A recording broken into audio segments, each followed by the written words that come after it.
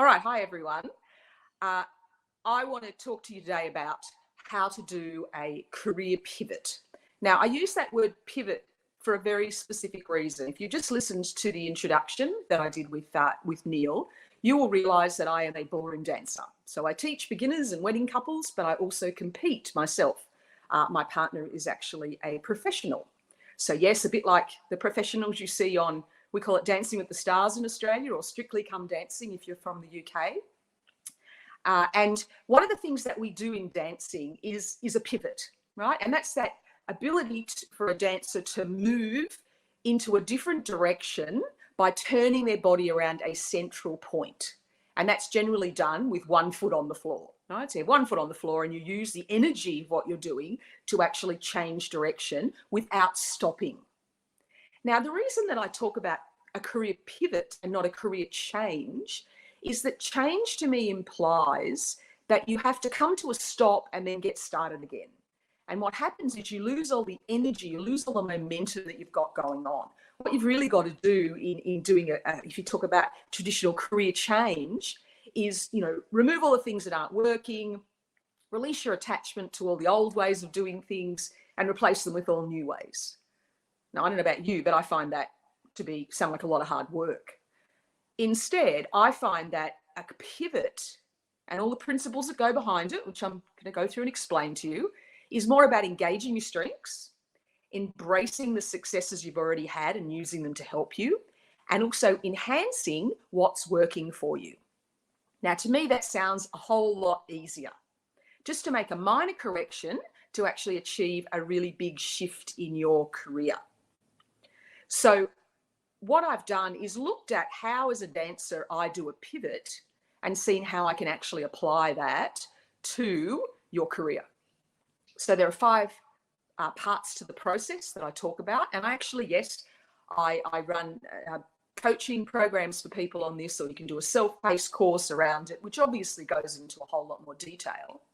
But for the short amount of time I've got this morning, I just wanted to introduce you to some of the concepts, maybe get you to think about a few quick little activities that will get you thinking, so that at the end of this session, if you walk away with one idea rattling around in your head, one thing that you can, that pops up over the weekend and you keep coming back and thinking about, that might be a first step that you can take. And as you'll see at the end of this process, it's actually really important that you take those small first steps to get going, or otherwise it can seem completely overwhelming. And as I said in the introduction, this is relevant whether you are currently looking for a new role because you've been retrenched or furloughed or whatever it might be, or if you're somebody who has a job and thinks, is this really what I want to be doing? I'd like to think that if we haven't learned anything else through COVID, it's that, life's too short to do things you don't enjoy. None of us know what could happen with our lives in the future. So why not spend 8, 10, 12 hours a day doing something that you actually enjoy? But that's the challenge, is figuring out what that is, because there are a lot of conflicting messages out there. There's a lot of pressure on people to, earn an income, and that should be your priority. But what I know from working in human resources over the years is that if people don't enjoy what they're doing, you can't get your best out of them. People are not going to give you their best because they're living a lie in many ways. All right, so let's have a look at what this 5-part process is. And the first step is that you need to figure out what your core is. Now, a dancer's core we often think about as being all their stomach muscles, all the muscles in the middle of their body that keep their body strong and allow them to move effectively, and that's true. But I also think of it in a sense of a career as your core is almost like your gut instinct. It's knowing yourself. It's knowing who you are and bringing that to your job and bringing that to your job search. So what I do is go through with people the 5 aspects of your core. We don't have time to go through all of them today, but I am going to go into detail on one of them and give you an activity on that. But the 5 things that I get people to think about are their drivers, their beliefs, their values, their identities, and their priorities. The one that I want to spend a little bit of time on is drivers. Now, you could call it motivations, is another term, but I call it drivers because the way I see it, this is what drives you in life. This is the reason you get out of bed in the morning. Now, a lot of people think they know what their driver is, but they actually don't. What they haven't done is gone to the actual core, the base of who they are. They've listened to other people's messages. So I'll give you an example of what I'm talking about. A lot of people will say, oh, I'm motivated by helping others. And that's nice. That's a great thing to have. And let's take a profession and apply it, that idea to it. Let's say that I'm motivated by helping other people, and I've decided that I want to be a teacher. Now, it could be teaching kids, could be teaching adults. Obviously, this is something that's very close to me. But the way I think about it is, even when you've got that idea of, okay, well, I want to help others, I don't actually think that's what drives people. Now, some of you might be going, well, helping others is a really good thing to do, but I want you to think about it differently. Now, here's how I think about it. I actually think of your drivers as 7 things that all begin with the same letter, because I'm a professional speaker, so we like to make things easy for you to remember. Now, I'm going to give you the 7 words. You may not agree with all of them. There can be other words, and they don't all have to start with the letter C, but I want you to get the point of why I'm describing it this way. Okay, so here are the 7 drivers, and I'm going to apply them to being a teacher. All right, so number 1 is I'm driven by the idea of challenge. You know, maybe you were that sort of person who went, I want to do that just to prove I can do it. I see teachers out there who are highly challenged by that child who's not engaged. My challenge is to bring them into the classroom and spark an interest in them learning. They're challenged. Maybe other teachers are interested in the second C, which is collaboration.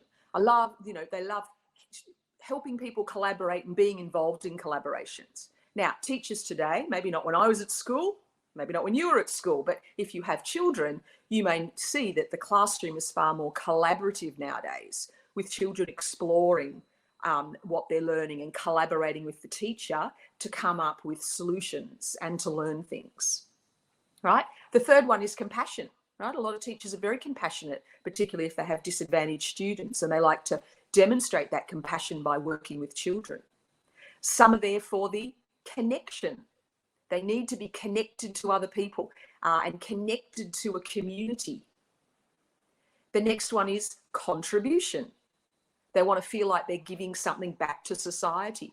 Maybe they had a great teacher growing up and that inspired them to want to contribute. Maybe they grew up in a household where it was all about what we contribute to society. The next one is creativity. Some of you may have had teachers who are highly creative. You know, they come up with really interesting ways of helping you learn. And the final one, and I've done these in alphabetical order if you've been following along, but this final one is actually my driver. My motivation is curiosity. I'm a very curious person, and I like to understand how people think and why they do things. And I'm always asking questions, which is why I've ended up in coaching, because coaching is a lot about asking people the right questions. Now, can you see that somebody saying, I want to help others? Great, that's lovely, but it's not really the key driver. If you look at these 7 words I've given you, so challenge, collaboration, compassion, connection, contribution, creativity, curiosity, you can actually see that they've become themes throughout your life. It's not just about your career. It's also about other things you do in your life. So, for example, I'm a curious person. I love travel. Clearly can't do any right now outside of Australia, but I'm curious to learn about different cultures. I'm also somebody who is always curious to ask people about themselves. You know, I sometimes call myself a professional sticky beak. Even when I'm working with new dancers, I'm always asking them things about themselves. What sort of work do you do? Or what other hobbies do you have? Partly because it helps me to then relate what I'm trying to teach them to other things in their life. But for me, the biggest indicator that curiosity was my biggest driver was, and this is one of the things I talk about when I work with people, is, there's a scientific way of figuring out your driver, but there's also an unscientific method. The world according to Karen, I call it sometimes. My unscientific method is this. What did you get in trouble for when you were a kid? And it probably won't surprise you to know that I got in trouble for asking too many questions. I was always asking, but why? But why? And sometimes the answer would be, because I said so, because that's just the way it is. And for me, that was never good enough. I always wanted to understand the reasoning behind things. And so for me, that's really linked to the fact that I am a curious person. Now, as I said at the beginning, you might look at this and go, well, she's made them all start with the same letter and I don't like any of those ones. That's not the point. What they're doing is going a little bit deeper than saying, I want to help other people. Or another one that I actually hate this, I want a secure job. What does that even mean? Does security even exist anymore? And is that the reason for doing everything in life? I don't think that's what creates people who are really passionate about what they're doing, is just, let's do everything because it's safe and secure. You can agree to disagree with me on that point. But what I've found, the people that I've met who are enjoying their life and actually living their strengths and being able to have success in a way that's meaningful to them, have figured out what their real driver is. So I can see on the stream there with the questions, there's a few people, who are asking me about, what were the 5 parts of the core and what were those drivers. And I can see that people have answered some of those, which is fabulous. And obviously if we can do some follow-up to give you more information on those. But to me, getting your driver right is so important, because it's the thing that's the very center of your core. And it probably doesn't change over your life.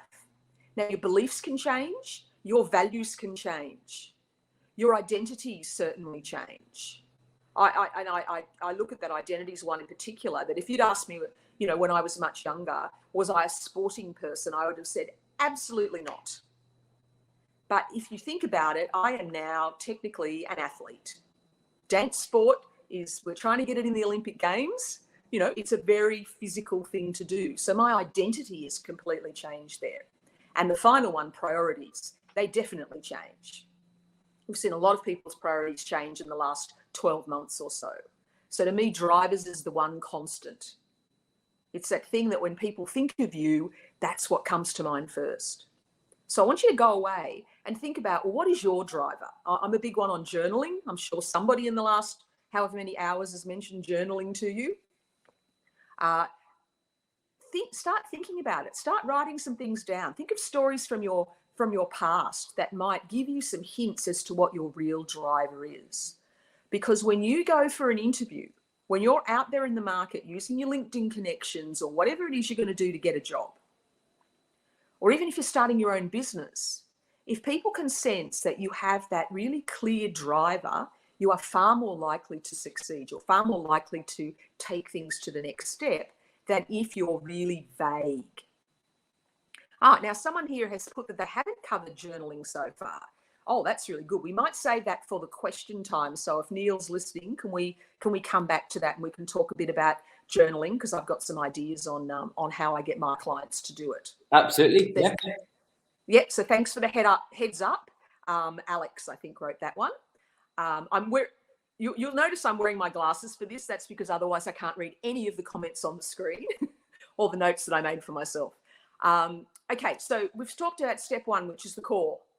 Step 2 is alignment. Now, as a dancer, I have to understand different alignments on the dance floor. So in ballroom dancing, we always travel anti-clockwise around the floor. Right? It's a bit like, which side of the road do you drive on? I know that we've got people from various countries here. And as an Australian, we the side of the road we drive on is not the same as everybody else. And so we have to realign ourselves when we go overseas. Dancers align themselves, but also you have to be aligned. There has to be an alignment between what you think, what you say, and what you do. And that alignment has to take into account those 5 dimensions of your core: your drivers, your beliefs, your values, your identities, and your priorities. And I'll give you an example of one that I happened to come across socially, which really shocked me at the time. So people who are out of alignment say one thing, think a different thing, and then do something else. So I was at this awards dinner a few years ago, and I sat next to this man that I'd never met before. He was actually from the UK, and this awards dinner was in Australia. So we got chatting about, how was your trip over? And have you been to Australia before? The usual stuff. And so I thought, look, I know what you do. I knew the reason we were at the awards dinner. He told me about his business, and he was quite successful at it. And I said, okay, so what do you do apart from work? I thought, let's talk about something else. We had a bit of alcohol going on, some lovely food. We were all dressed up. And he took a whole minute of just looking at me, thinking, before he could answer the question. And his answer really surprised me. And I think it surprised him too. His answer was to the question, what do you do apart from work? His answer was nothing. All he did was work. Now, the conversation stopped there for a moment because someone was getting an award, or the next part of the meal arrived, and I started chatting to someone else at the table because his phone had rung on a Saturday night, and he wasn't in a business, where really a Saturday night constituted an emergency, but he took the call anyway. Later on in the evening, we chatted again, and he said, oh, when you asked me that question before about, what do I do apart from work? He said, I've got a better answer for you now. And he pulled out his phone, and his homepage on his phone was a picture of his wife and his 2 children under 10, who he hadn't seen for 2 weeks because he'd been traveling. And he went on to then tell me, how he was doing all this business for his children, and he wanted them to inherit it. And I was just left with this feeling that, look, you think something, you're saying something, but what you actually do on a daily basis doesn't match up. It doesn't align. There's a misalignment there. So he said he was family oriented, but he never saw them. So you've got to be really careful when you're out there in the market, whether it's looking for a job, starting your own business. There needs to be an alignment between what's going on in your head, what's actually coming out of your mouth, but then what people actually see you do. Or you end up with coming across as not authentic, to being seen as a bit of a fake or an imposter. And I see this a lot, that you get, once you hire someone and they tell you one thing, but once you get to know them, you realize that's not who they are. And just that feeling of being deceived is often what upsets us. Well, why didn't you just tell me who you really were? I think it's because we're afraid that people won't like who we really are. And so we put on this mask. We put on this facade of being someone else. But that facade is very hard to maintain. And people start to see through the cracks. And in the end, it's the fact that you deceived them that they're more annoyed about than the fact that you aren't perfect, that you aren't this model of what they wanted. So I definitely am not the sort of coach that tries to make people fit into a little box and says, oh, no, you need to present this way and do this and do that. You've got to be you. That's what people want to see, you. So you've got to once you've figured out what your core is, you've got to get your alignment right. If you don't get that alignment right, then, you're going to see the signs of that. And this is where we see people who are highly stressed, who are having physical reactions, stress, panic, rashes, eating disorders, you name it. A lot of these, and obviously I'm not a doctor, but a lot of these things can come back to there's a misalignment in their life in some way. On that point, when I find people who are in that position, who come to me for coaching, sometimes I actually have to refer them to other specialists in the medical fields to say, look, you need to sort that out first. That's not my area. But I can identify that you maybe need the help of somebody who has skills in that area. before you even bother to go out into the market looking for work. And I appreciate for some people, they need to earn an income, but if you're got an option of staying where you are and thinking this through more clearly, you will then spend less time in that job search. Because what I find is when people are out of alignment, they'll have that situation of they left their last 3 jobs and they talk to you about why they left them or why they were fired or whatever happened. And you realize that there's a pattern there, but they can't see the pattern themselves, because they keep applying for the same sort of job, or they keep presenting the same sort of wrong image. That means they're never going to be compatible. So that's a bit on step 2, which is an alignment. Now, step 3 is direction, right? So pivots don't have to be a big change of direction, but it does have to have some change of direction to be successful. It does have to have a clear change of direction. Now, in setting a new direction, the very first thing you have to figure out is, where am I now? It's a bit like the GPS in your car. It has to figure out where you are now before it can tell you the best way to get to where you want to go. And I don't think enough people analyze where they are now, what's not working for them, what is working for them, before they then figure out where they could possibly head next. You've really got to be honest with yourself about the situation that you're in and look at it from all angles. It's really easy to get negative when you're in a position that's not what you want, but you do need to be able to see the positives in it. This is a bit like teaching dance. We don't have time to tell you everything that you've just done. We often focus on the negatives, but I find with beginners, I have to tell them, hey, here's the positive thing you did. Now let's work on the things that aren't so good, because we need to keep ourselves motivated in that way. Now, when it comes to new directions, I find with clients that they often come in going, oh, well, I'm doing job A now, and I've decided I want to go to job B. Can you help me get there? And I go, well, you may have left a few steps out along the way. Take them through some of the process. But then when we get to here, when we get to new direction, I point out to them that, from my calculation anyway, when it comes to doing a pivot, there are actually 16, count them, 16 different options you have of moving from where you are now to where you want to be. Now, that could be getting promoted to being a leader. It could be moving to another department in your organisation or another location. It could be starting your own business. It could be going back to study.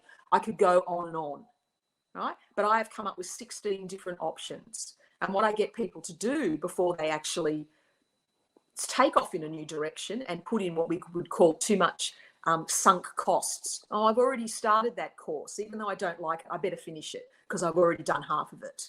That sort of thing. But before they go down those options, I actually get them to analyze, okay, well, what are the pros and cons of each? What might work for them and not work for them? And then maybe come up with a few. Maybe there's 2 or 3 that they go, you know what, those could be viable for me. And then do some research on them. Actually go out there and conduct what I would call a career interviews, and actually find out more information about that option before they commit themselves to it. Now, I don't have time to go into all the 16 options, but what I want to do is open your mind to this idea that it isn't just going from career A to career B, that there are lots of shades of grey in there, lots of different options you have as to what you could be doing next. Okay, so that then brings us to step 4, and that is leverage. Now, we actually teach people how to do pivot steps at a dance studio, and it's actually quite hard to get them to do it from a standing start. What is much easier is if they're already moving, and then we get them to pivot. Right? That makes much more sense. Well, it's the same thing when it comes to doing a career pivot.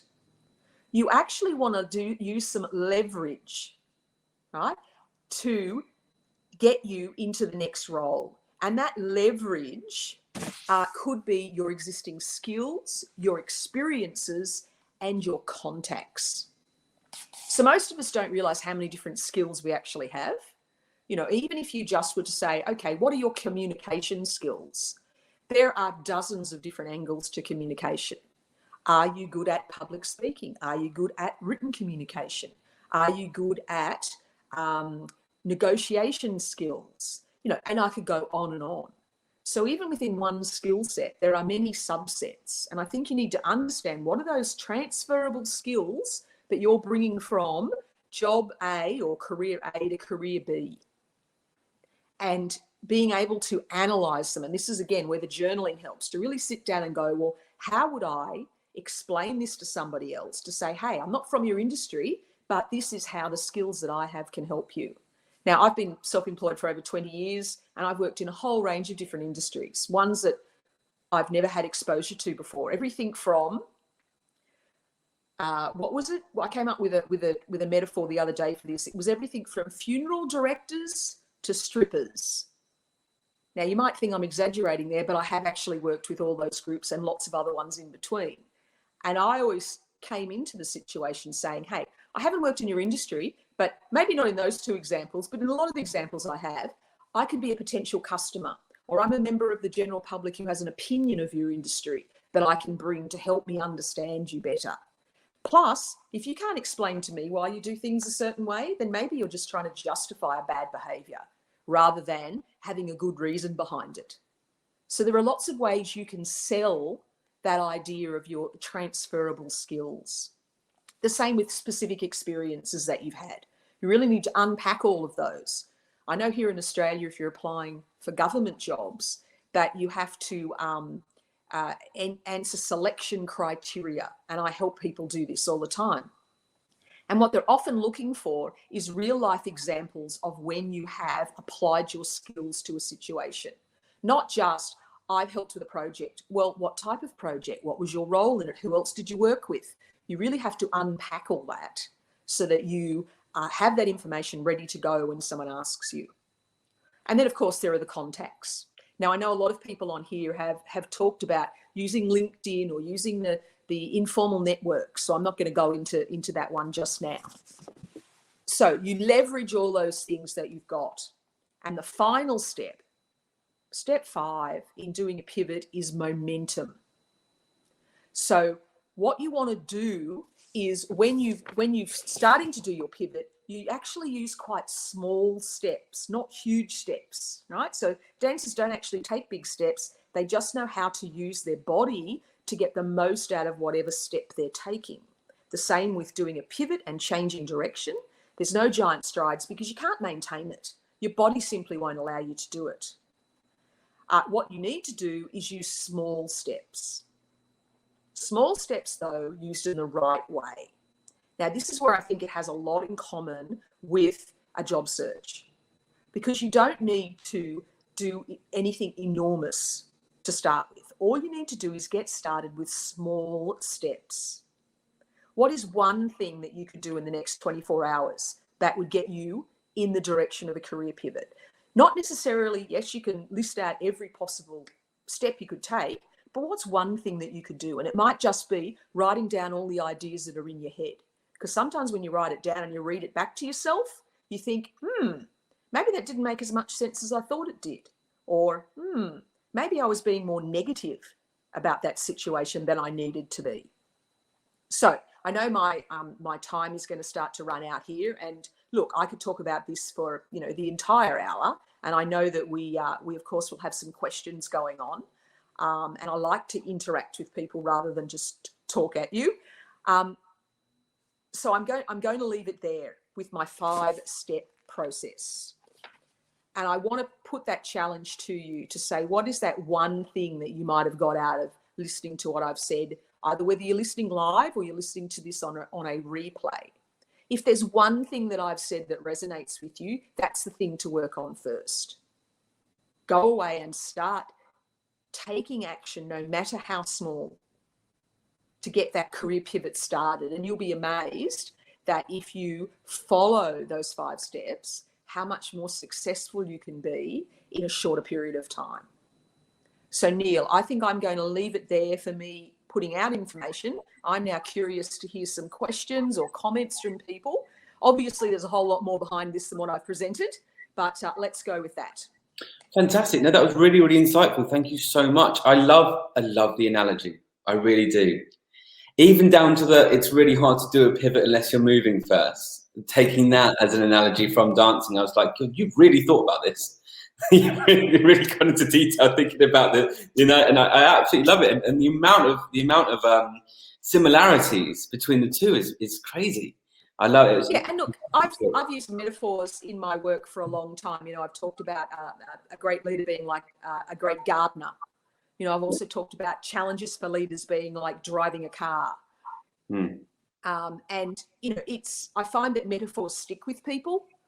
Yeah. That they're going to go away. And if someone says, "Oh, did you listen to Karen Schmidt's session? Yeah, what was it about?" Well, she talked about pivoting, like a dancer does. Even if they didn't remember everything else, if that sticks in their mind and then they start to think about it, okay, well, how would you pivot? Even if you're not a dancer, okay? Dancing's just a cover that I put on it. Obviously, it's something I love doing, but most people can relate to it. If you play the UK, you call it football. Here we call it soccer. There's a lot of pivoting there. You can relate this to whatever field is relevant for you, because otherwise, if you just go, "Oh, we're just talking about dancing," people get stuck in that. I want you to look past that. So we have a great question here from Tim about elaborating on journaling. Yes. Okay. All right. Now I've got, if people are interested, I've got a little document that I put together for my clients about helping them understand a bit more about journaling. I'm happy to just forward it to some people via you. But really what I get people to think about is 3 things I find is a really good place to start. And you might do this on a daily basis, a weekly basis. It's entirely up to you. I call it wins, challenges, and insights. Now, I don't know if anybody else is using this model. So if I'm taking someone else's intellectual property, I apologize in advance. But I think it might be original. So a win is what's something that's going well for me. It might only be the smallest little thing. Sometimes your win is, I didn't yell at somebody who really annoyed me today. That's a win some days, right? But what's going well for you? And because we've got to be able to look at the positive. Now, I don't call the next one losses. We think win, lose. I think win, challenge. Because yes, a challenge can be, this is what went wrong. This is how I stuffed up, right? This is my career limiting move I just made. But a challenge could also be associated with a win. Because it could be, well, I had a win today. Somebody asked me to work on this project, but gee, I'm scared to do that. It's going to challenge me. I'm going to have to learn new skills. I've got to work with people I don't normally work with. Can I do it? So a win and a challenge can be linked to each other. But a challenge is taking you to that next step. Or it might be you're presented with an opportunity that you want to say no to because it challenges you too much, right? So all of these things can be written in your journal. The third one, and this is actually one that came about from working with some clients, and they were the ones who actually gave me the term insights. I work in adult education. We sometimes talk about having the light bulb moment. When the light goes on over your head and go, oh, now I get it. And I see this in dancing all the time. Oh, you want me to do that? Oh, I can do that. When for the last 3 weeks you've been saying the same thing and they haven't got it, right? But we all have those moments of insight, the aha moment. And this is linked to the bigger picture. So it's not about, oh, here are the wins I had, here are the challenges I've had, and you might even look back over days and weeks of entries. But sometimes we just sit back and look at our lives or look at our careers and we go, you know what, I've just had an insight, a bigger picture thinking about how all these things are linked together. And I have this all the time as a coach. I'll have a client come to me and go, oh, in the last, say we have our sessions fortnightly. Oh, Karen, in the last 2 weeks, I had this happen, I had this happen, I had this happen. I need your help with all 3 of these things. I don't know if we're going to have time in this session to do them all.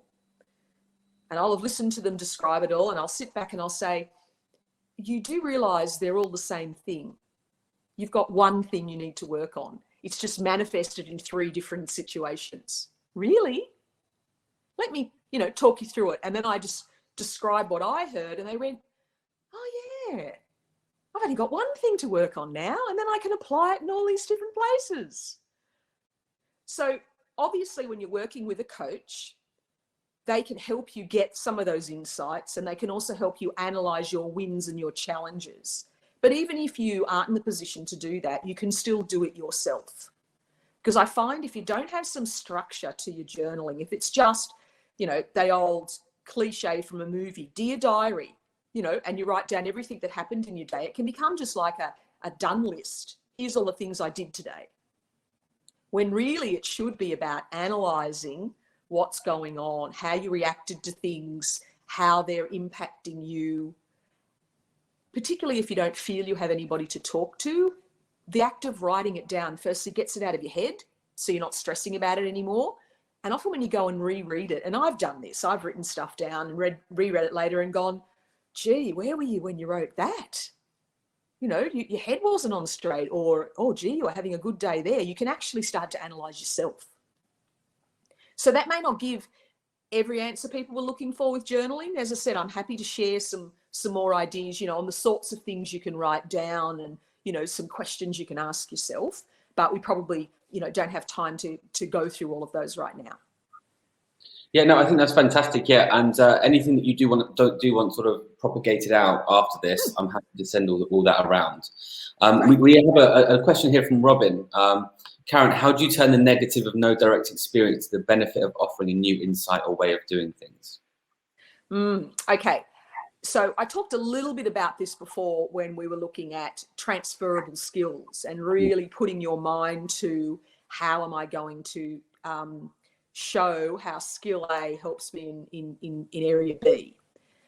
The other thing that I also look at when it comes to people testing the waters on doing some sort of pivot could be helpful for this sort of situation as well. So if you are trying to get into a different industry, you can get a foot in the door by doing things like volunteering. So when you're in a volunteer situation, people are far more likely to give you a go because you're not being paid. You know, I've been a volunteer in many situations. For example, when I first got into learning public speaking, I was a volunteer at Taronga Zoo in Sydney. So they had a show where, this is, you know, quite a few years ago now. I think it's a bit more sophisticated and harder to get a job as a volunteer. But they had this show for overseas visitors where we would actually handle Australian animals live in front of an audience while public speaking. It is the best training ground because unless you've been peed on by a lizard while talking and you still keep going, you know, it really teaches you a lot of skills of acting in the moment. Yes, it required hard work. Yes, I got dirty, you know, and whatever else. But once you say to people that you've done something like that, firstly, it shows that you have get up and go, you know, that you're willing to put yourself out there and try different things. You worked with different people every time you did it. You interacted with members of the public. You had live animals you had to care for. You know, it's a stressful situation. I've done other volunteering as well. And I found that every time I volunteered for something, I learned stuff. But I also brought the skills that I had from other areas and made sure that I knew how those skills were applicable. Now, this is stuff to put on a resume that organisations and hiring managers will really appreciate. You know, and it could be that you have a family member, a friend, a neighbour, a community group. You know, if you're serious about wanting to do a job, get out there and test drive it. There's a show we've had on TV here in Australia. You've probably in other countries had a similar model. And it's about people doing a sea change. So going from living in the big city to wanting to live somewhere in a rural or a country area, depending on where you're from. And I love the ones who go, oh, I've been working in an office for my entire life and I'm now going to go and run a pub in the middle of nowhere. And the presenter saying, and how much experience have you had in that? None. I mean, how hard is it to get a job at your local pub doing something, collecting the glasses or getting some insight into that industry before you go and buy a business in it? So you need to do the equivalent. If you're going to say, here's how I can apply this skill to a field that I've never worked in, there are ways to show you have actually worked in it, even if you weren't paid. That would be my biggest advice to people. Fantastic. Yeah, I think that's great advice, as has been the entirety of this talk. We've got time for one last question that's come through from Gabrielle. Do you think journaling helps introverts in particular who need to process their day? That's from Gabrielle Cahill. Okay, great question, Gabrielle. look, I think for introverted people, absolutely, because, and I'm clearly not an introvert, but I think there's friends of mine who are and clients who are, there's a lot going on in your head sometimes. And if it's just spinning around in there, it's good to get it out. Now, we talk about on paper or electronically, you can put passwords on it so no one else can read it. But I think it's that idea of getting your thoughts down on paper so that you can put some sort of process or structure to them. But I also think it does help the extroverted types too, because sometimes we can be accused of blurting things out without thinking them through, and they can sound, not as we intended. But I think if you're a more introverted type and you need that processing time to think about what you want to say, that this can be a great way to prepare you for a job search, right? Imagine what are some of the questions you're likely to be asked, or what are the questions you've been asked in the past that you struggled with? Sit there and write or type out the answer as you would say it, not as you would write it. And I think this can be a great way to practice, because doing that one-on-one interview practice can be quite confronting for introverts.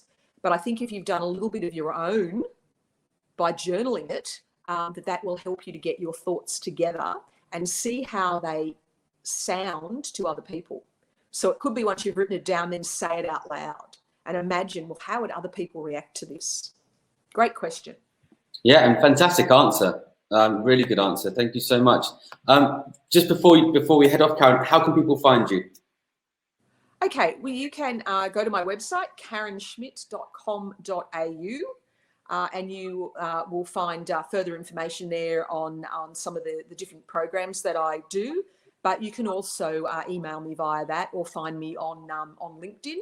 I find for me that is the best social media for me to use for what I'm doing. I work mainly with mid-career professionals, so I find that that's a great place for us to share information. Fantastic. And honestly, really, really engaging talk. I love when, like you said, when you use analogies, it really does stick in people's minds more, right? And I love the analogy that you're using. And well done, congratulations on getting the instructor's certificate, the trained instructor. Thank you. Yeah, we'll be sending this round for anyone who's missed this one. The recordings will be sent around tomorrow, or at some point in the next day when I've got my head together again, and we'll send all that round. And thank you, Karen, so much again for your time. No, you're welcome, and I hope that the rest of the event goes well. I'm going to stay online and listen to some of the other speakers. I think you've got a few others coming out of Australia this time of day, haven't you? Yeah, we've got Brian Klindworth on next, who's going to be doing how to enjoy meaningful work and stop just working to pay the bills. So I'm really looking forward. Oh, I like the sound of that. Yeah, me too. All right, thank you so much, Karen. You're welcome. Bye. Speak soon. Cheers. Bye-bye.